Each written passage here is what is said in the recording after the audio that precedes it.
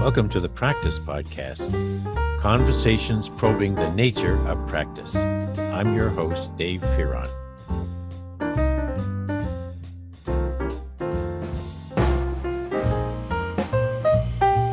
Well, you're about to hear a conversation with Sara Bobbins, who was my student over 10 years ago, and who now is Outbown lead for Thule shipping, the Thule products I'm pretty sure most of you have heard of.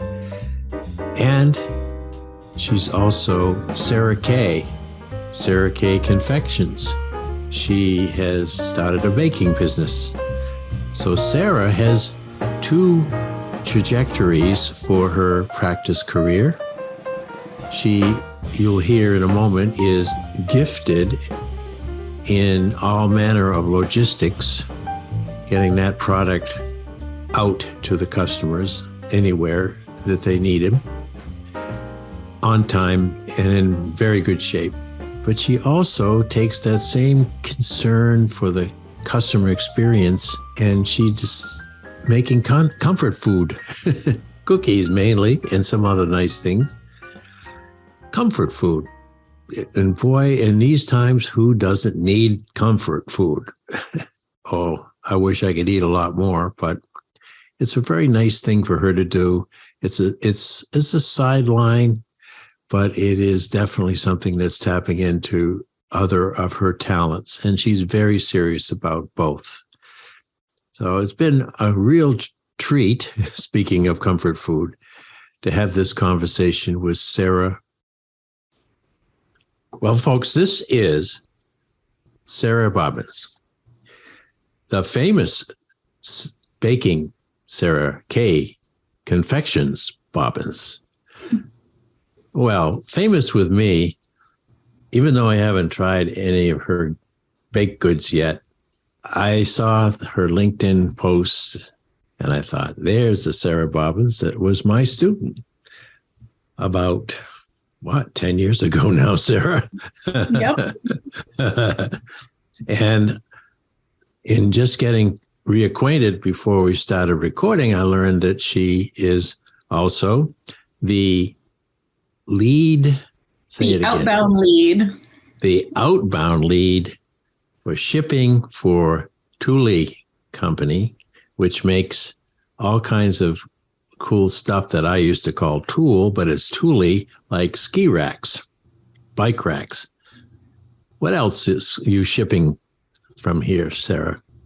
Well, it's a lot of outdoor things. We branched out a lot into strollers for active people. So jogging strollers, ones that attach to bikes. We also do a lot of outdoor bags and hiking sort of things. It's very outdoor focused.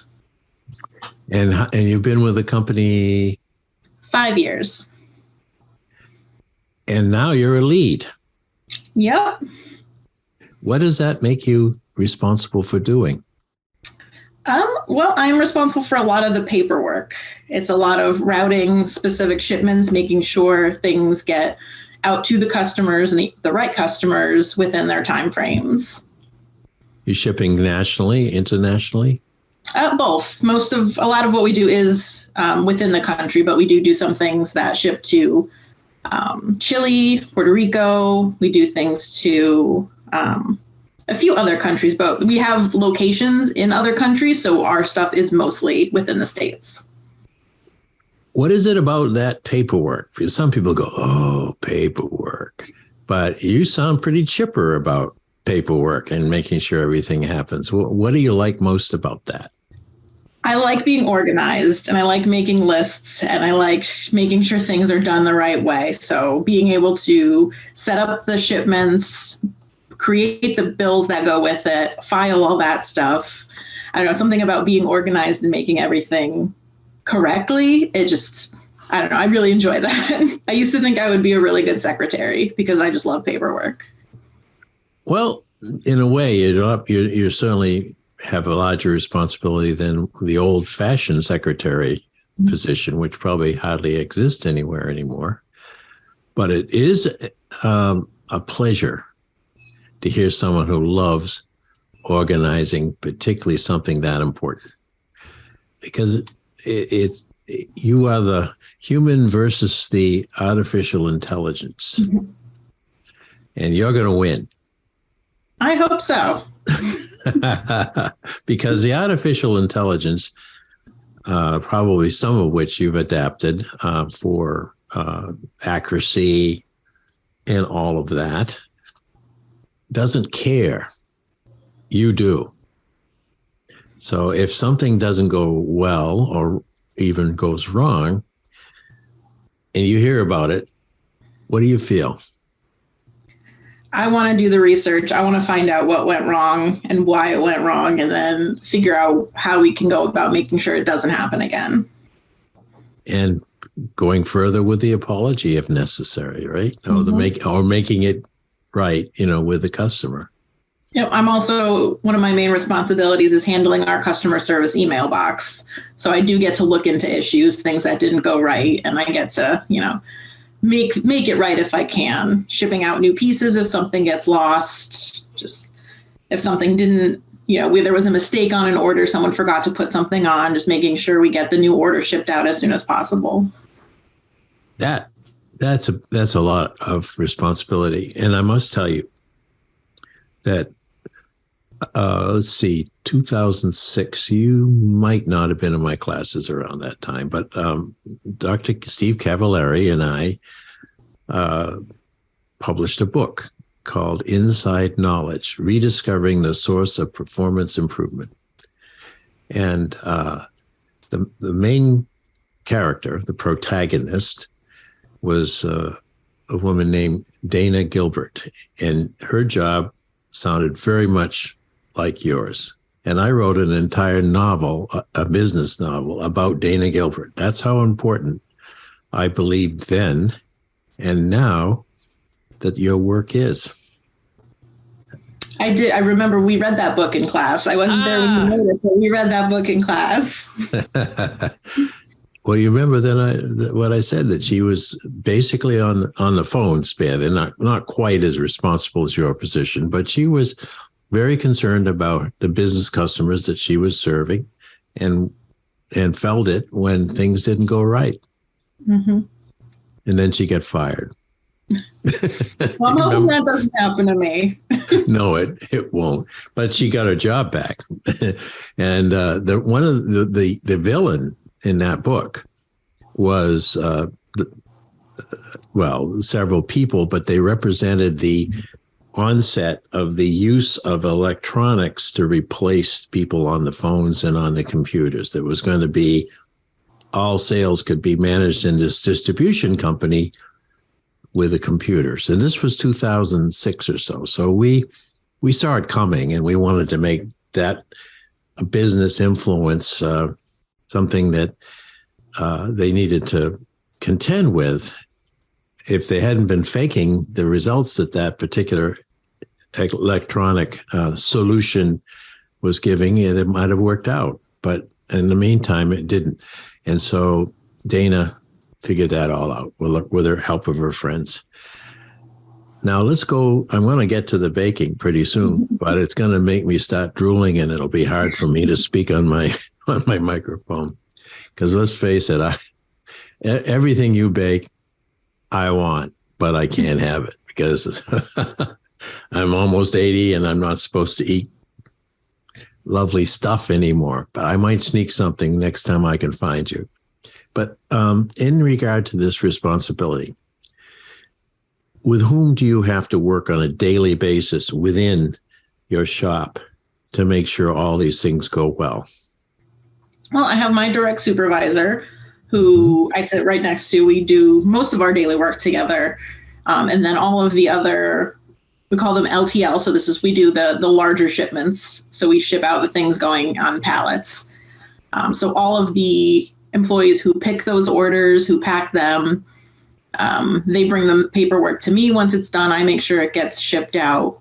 And then I also help out in the department next to mine, which ships the smaller parcel orders. But I would say I honestly probably interact with almost everybody in my building on a daily basis. Yeah. We're fairly small. There's only just under 40 people in our building right now. Mm-hmm. But every single day I work with the other departments to see if they have anything that needs to get done, needs to get on our trucks to make sure we have space for them. I route the shipments for other departments as well. And I'm trained, the small parcel department, that's where I started when I first worked there. So I was in that department for about 4 years. So I have a lot of knowledge and experience that they will sometimes bring over to me and have me help out if they're a little short-staffed or if they're a little busy. Wow. So you don't just sit in that chair and type on the keyboard and we don't even have phones anymore, do we? I guess we do. But you're up and about as well as in your chair, but you're reaching out. During the pandemic, how did that affect your shop? Oh, we were open.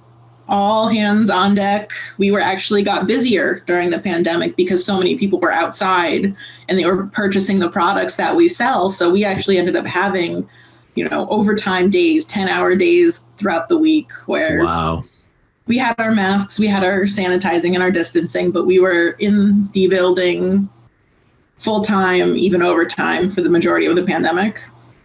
Yeah, well, that's good for the workforce and good for the people who could sell your products once you shipped them to them. So it's good for everyone. And I'm glad you guys made it through without the COVID coming around your door. We definitely had some spurts of it throughout the pandemic a few times, but we came out pretty much clear for the most part. Now I want to talk about, all right, when did you, I think probably when I knew you 10 plus years ago, you were doing some baking and cooking, weren't you? Absolutely. I've been baking and cooking my own meals for a long time. I always enjoyed being in the kitchen. Mm-hmm. And about the baking part, way back in high school, junior high, did you bake with your mother and grandmother? Or how did that get into your... My mom used to do a lot of, not necessarily like scratch baking, but she did a lot of decorating. She got creative. She used to get a lot of those little molds, and she would make a lot of little chocolates and things like that for family events and do all the birthday cakes. And my aunt is actually a chef, so the cooking and stuff kind of runs in the family. I probably didn't start doing my own baking till probably high school or a little after that. Okay. And, for family and friends, baking, when did it start to occur to you that it was time to get serious? I understand you went to culinary school and get real serious about Sara K. The desire to start baking didn't even come from my enjoyment of baking. I hated my job at the point. It was while I was still at Thule, but it wasn't something I wanted or saw myself doing long term. I wasn't happy with how things were being run at the time. And I was just like, I think I want to try to get out of here. And I saw an ad pop up, I want to say on Facebook, for a culinary school. And I was like, I like to bake. I like to cook. Maybe I'll just request some information, see what it's about. So I sent out an email to 2 different culinary schools. One of them sent me a packet in the mail. The other one called me and was like, hey, we have an open house this week. You should come by, just see what it's about. That was a sign, right? And I wasn't going to go because I have social anxiety and I didn't want to, go by myself and feel super awkward. But I did. And I was like, you know what? I'm just going to go. I have no intention of signing up. School probably isn't something I can afford right now. But I went and I fell in love with it. And they, of course, had a deal if you signed up that day. They waived the application fee. And I was like, you know what? If I don't do it now, I'm not going to do it. Oh, man. So I'm so proud of you. I'm very, very proud of you. That took a lot. I mean, the social anxiety, certainly. But just that whole thing about putting yourself in that moment into a very different line of your life. You've got a parallel lines for sure. But that was stepping over and stepping out into a new line of your life. It was terrifying. Yeah. Well, you got to like it though. What were some of the reasons you got to like being with that in that school and learning the skills? The chefs were one of the biggest things. Is we met a couple of them during the open house, and they were very welcoming, and a lot of them have so much real world experience, whether they've been doing this for a long time, they've owned their own restaurants. I had one chef who was actually on Food Network at one point, and it was really exciting to learn the things that they learned. And there were some things that as we went through the courses, and I was like, well, I probably could have learned a lot of this online. I might not have had to pay for school, but then there were those random little nuggets of information that they shared with us that I was like, this is not something I would have been able to learn on my own. It was just that real world experience they gave us. And the chefs at that school, just, you could tell they wanted us to do well. They wanted us to be passionate about baking, about cooking. Boy, that's a great plug for your teachers there. And why don't we plug the name of the school? Lincoln Tech. I went to the Shelton campus. Great. So there are a couple of things about that, because when you said I could do it online, now during the pandemic, tens of thousands, hundreds of thousands of people shifted their anything that they want to consider study to online, and because there's very little choice. But when you do have a choice,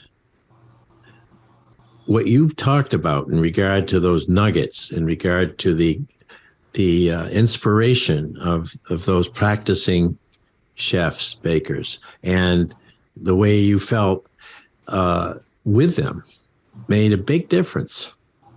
It did. I'm a very hands-on learner. So being able to see them create these things and then help us learn how to create them, and then receiving their professional feedback, because when I bake at home, it's my family, it's my friends, and most of the time, they're honest, they'll tell me what they think. But being able to get feedback from someone who's done this before, who's in the business, it's a big difference. And it's definitely very encouraging when they are encouraging you and they like the things that you're making. I watched the Great British Baking Show, as did almost everyone I know, and I watch it quite often. I kind of miss it. It's not coming up on PBS right now, but watching, in fact, I think the first time I saw in Facebook that you're moving into the baking, that came to me immediately. What would have Sarah's life been like if she'd been invited on the Great British Baking Show? Because I watched those people, and they were all there because they loved baking. They were good at it. Some of them had been schooled, some were self-taught, but they just put themselves out there in front of a camera for 7 or 8 weeks with those two judges. And when I saw the judges, they'd come around and they'd go, I don't know, it's a little tart, or it's too much flour. Now, did you get that kind of judging on your work when you were in culinary school? A little bit on it. A lot of it was technique, and they would watch how you made things. So it wasn't necessarily always about your final product, because you could always improve, but they want to make sure that you knew how to make certain things, like how to strain something, how to separate eggs, how to do this without, or in the best way possible, I would say. So it was a lot more technique criticisms than it was final product, I would say. Yeah. Well, I could picture some of those folks. They really did know how to, they had to move fast and crack eggs and do all of that. If I were still teaching, I would have brought a few of those episodes to class, and I would say, let's watch how these people perform. We watched a few different cooking shows and competitions in our classes too. They used a lot of that.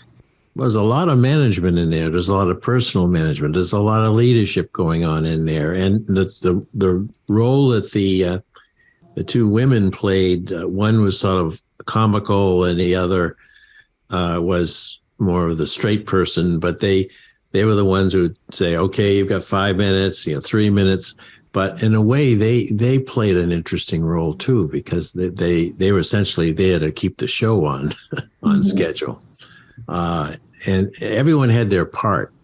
But there was one woman, and I remember in the last segment, and I guess I can pull this up on Netflix now, but she was attending a culinary school while doing the competition. And she won. She hadn't even finished the school yet, but she won against some very serious bakers. And I remember I always thought, yes, she's got a future. Now, you've learned the techniques. You've got a chance to practice it. How did that now start to morph into a business where you're actually baking to sell? Well, one of the biggest things that I loved about the school is their career services department. Mm-hmm. They will do whatever they can to help you succeed after you graduate. I got continuous emails about job openings in the field, different opportunities. And as I read them, I was like, okay, I don't want to do that. It was, working in a bakery for doing specifically bagels or just donuts. And I was like, I like to make what I like to make. Mm-hmm. And as I read through the job offers, and I was like, I can't afford to leave my job with the benefits that I have for, one of these positions. If I'm going to move into this field, I need to make sure it's a full-time job with some sort of a benefits. Mm-hmm. And I realized that really wasn't an opportunity that was coming up. Mm-hmm. So unfortunately, when you're just coming out of school, it's all the entry-level part-time jobs that are really open. Oh yeah. And the more I thought about it, the more I realized I don't want to bake for somebody else. I want to make what I want to make. And I was like, you know what? I think I'm just going to try to do it on my own. You'll have a good boss anyway. I can guarantee you that. So what does that take? When do I go into your brand new restaurant in downtown West Hartford? Just give me a date. I'll make sure it's on my calendar. It's probably going to be a while before I have my own store. Originally I was hoping to get a cottage license, which means you can bake out of your own home, mm-hmm. and you can sell from there. Unfortunately, my town doesn't allow that. And I also have cats, so I'd have to, either get a new place or get rid of the cats, which wasn't happening. Mm-hmm. So I had to get an official bakery license with the state, and I didn't need a storefront. The good thing is I can rent a kitchen. So there's a good idea in the long run too, from a standpoint. Definitely for financial purposes to start with, at least. There's a bakery in Hamden, and they're open certain hours, but they use their kitchen the same time every day, and they rent it out when they're not using it. There's probably 6 or 7 of us that rent the same kitchen. That's a great idea. A cooperative kitchen. Mm-hmm. Everybody wins.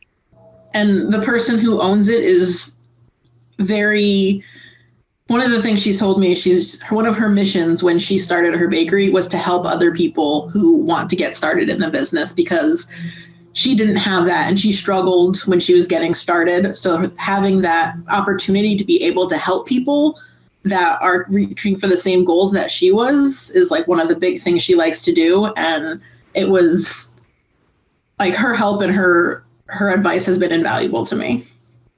Wow. What some nice concurrences here. Rolling back for a minute, you made the leap to go into culinary school, and it was a leap, and it was a financial commitment. You got through that. Then you thought, well, maybe I'll work for someone, but as you see, the industry is not ready yet to really reward people coming out from school, no matter what age. You couldn't possibly do that unless someone came along with a huge salary and benefits. Mm-hmm. So you took the entrepreneur route, which is a courageous step. And when you could have been discouraged when they said, no, you can't have a cottage license, but you weren't. So when you found out you couldn't do it from home, how did you discover this wonderful opportunity to be part of this woman's kitchen? Well, I got lucky. So my sister has a friend who also had started her own bakery business. And she also had rented a kitchen. So she gave me the steps of how she looked for someone. And unknowing to me, when I Googled for, kitchens for rent, and I found this one in Hamden.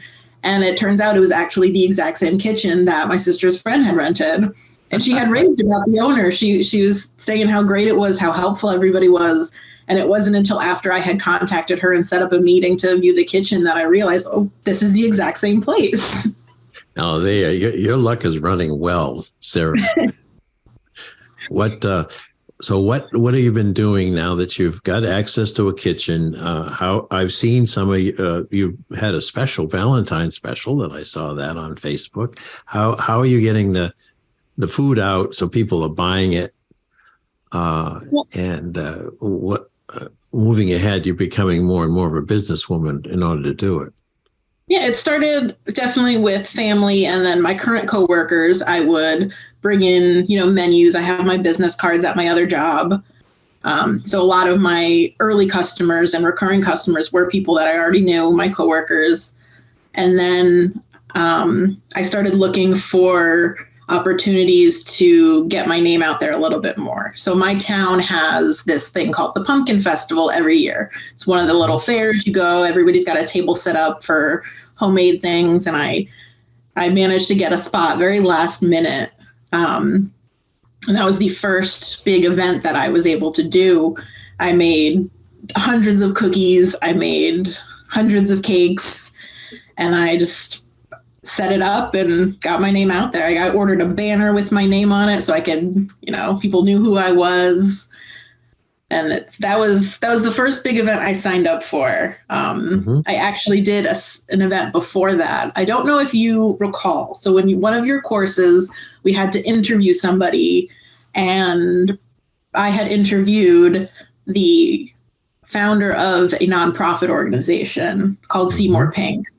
The very first event that my business was able to participate in was to be a sponsor for Seymour Pink's annual 5K race. So it was very exciting, very kind of felt like a good circle moment, because I was very, I would say, interested. Like, I always like to help out. I like to volunteer. It's something I haven't been able to do a lot of since I graduated school. And being able to be a sponsor for this, for an organization that I've supported and I've loved being, like, knowing what's going on with, and something that started in my hometown, was a really good, like, community moment for me. Yeah.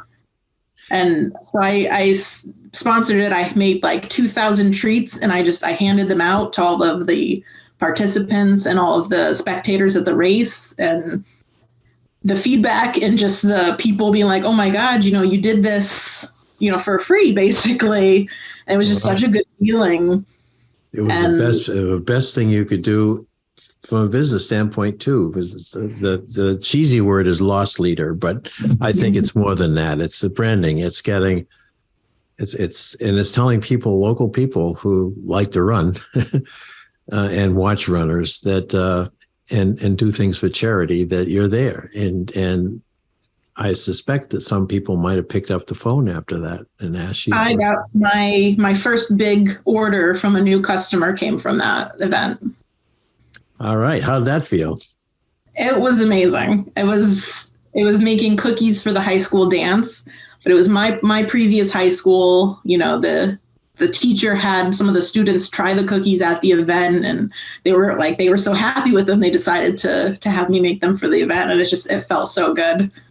You sold a lot of cookies?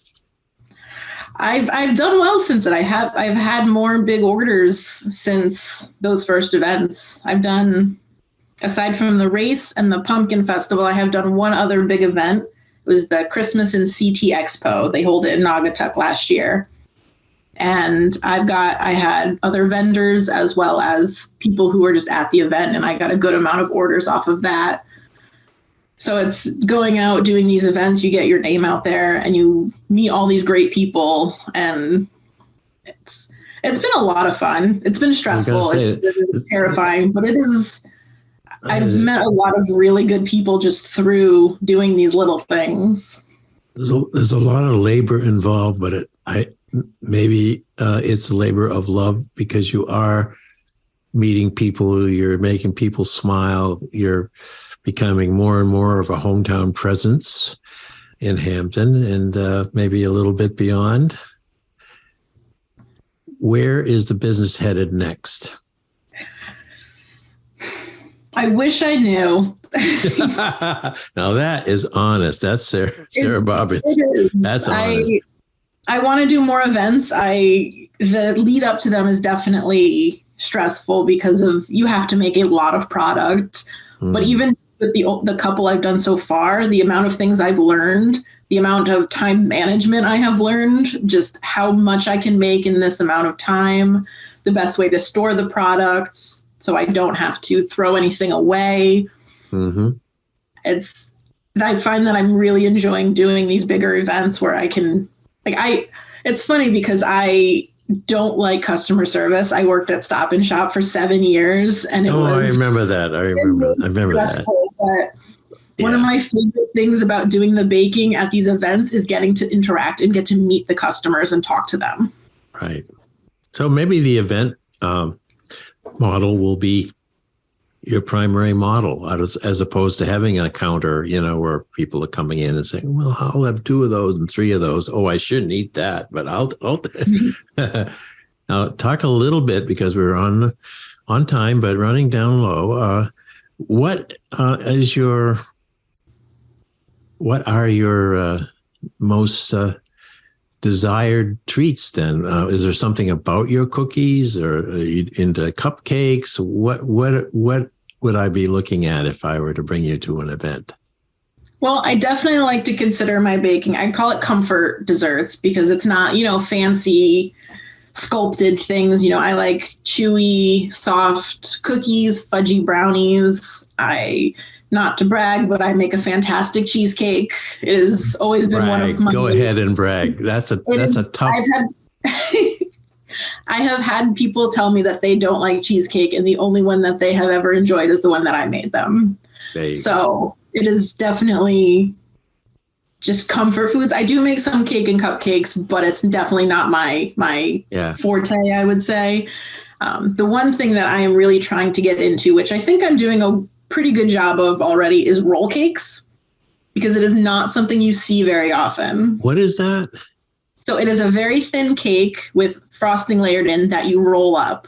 And they're mostly seen, for Thanksgiving, they do a pumpkin roll. A lot of the time stores have. Oh, yeah. Or for Christmas, they call the bûche de Noël is the traditional one. But I've adapted it. I've made a pumpkin roll, a peanut butter chocolate one, a cranberry vanilla one I made for Christmas this past year. I want that one. I love it. It was a surprising success, I would say. Sounds really great. Yeah, and I'm working on coming up with a lot of different flavors. I have a red velvet one I'm featuring for Valentine's Day. And it's something you really don't see at other bakeries. It's not something very common, which is why I want it to kind of be my focus, because I want to have that one thing that you can't really get anywhere else. Boy, that is a very good business. You must have gone to a business school. Did you go to a business school? I did. I graduated in everything. Central Connecticut State University. Yes, yes. Well, I think you're in very good shape now from a business standpoint, but there will be a point where the time tracks. Full-time job you're in now and this bakery service growing, where you may have a tough choice ahead. Not right away, probably, but I'm lucky. I'm very fortunate that my current job, my bosses are also very supportive of this business that I'm starting. Good. So they understand when I need to take a day off, if I need to leave early. Obviously, as long as we give them the notice, it's always usually really good. They let me advertise my business there. I put business cards out. I get to post my menus when I have specialties. That's really unusual. I'm glad that it sounds like they really care about you as a person, but also they need you. You're a lead. You get the stuff out on time and get it done right. It's a good balance, I think, that they're supportive, because I don't think if they weren't, I would probably have to make that choice a lot sooner. Well, The maybe biggest problem, I know I want to go into the baking full time, but the biggest issue is being self-employed with insurance is not nearly as affordable as having insurance through the company. No, it isn't. But there is a chance as you're building that business to find the next Sara who may be in high school or maybe working at, in a community college or who loves baking and would love to have a job with flexibility. Mm-hmm. And you could have someone either bringing her in under a contract or have an employee. Yeah, it's currently technically a single person business right now. I am the only employee. Yeah. However, my family is there to help. My dad is my unofficial delivery driver. He will take things wherever I need if it's during my regular work hours. My sister is I like to call my sister my sous chef. She does mainly help me with dishes, but when I need things labeled and packaged for an event, she is there to help. Well, there's your solution right there. Mm-hmm. Well, I am so delighted we caught up. Me too. Is there any particular thing you remember about my classes? You've already mentioned a couple of things. I need a little love. I need to know that I made a difference while I was there.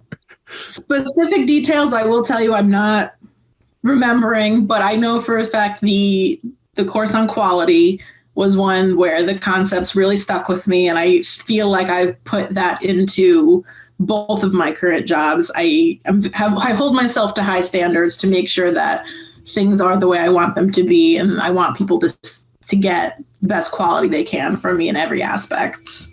Well, I'll take that as a very nice thing that you remembered, because that was a very unique course there, and I still am in touch with Joe DeFeo from the Duran business. He's now branched out a bit, but and there is a Fearon Duran scholarship at Central. So that was a nice connection, and I love to hear you say that you hold that to a high standard, because the customer will know instantly when they take that first forkful of cheesecake. They'll know, right? Mm-hmm. That's what you're aiming for, the big smile. I do. I love getting people's feedback. I love when I bring stuff in. I'll bring treats into my job just because I had extra or because I was testing something. And I'm like, guys, please don't be afraid to tell me what you think. If you like it, if you don't like it, I want to know. I want to improve. And when someone walks by and they're like, hey, that was really good, thank you. It makes it worth it. Any stress, anything like that. Well, that makes me happy too then. So thank you so much for doing this at the end of a busy day. This was fun. I was a little nervous, but I enjoyed this. Nervous being with Doc? Well, it didn't show, and your answers have been very helpful to anyone trying to understand practice the Sara Bobbins way. Thank you so much. Thanks for listening to the Practice Podcast, where we discuss practice with a capital P. If you'd like to hear more, listen in on Spotify, Automatic, Apple Podcasts, or go to inactionresearch.com/podcast-page. And if you'd like to learn more about social inaction and the nature of practice, head over to inactionresearch.com for more information. Thank you for supporting this show. We look forward to hearing from you soon. Oh, how could I have forgotten? Our digital book on Practice as a Way of Being is now available. You'll find it online at www.mylibrary.world. I worked on that book after Peter passed away, and I think you will find it a unique and very, very mobile reading experience, since it's wherever your screen is in hand or at hand.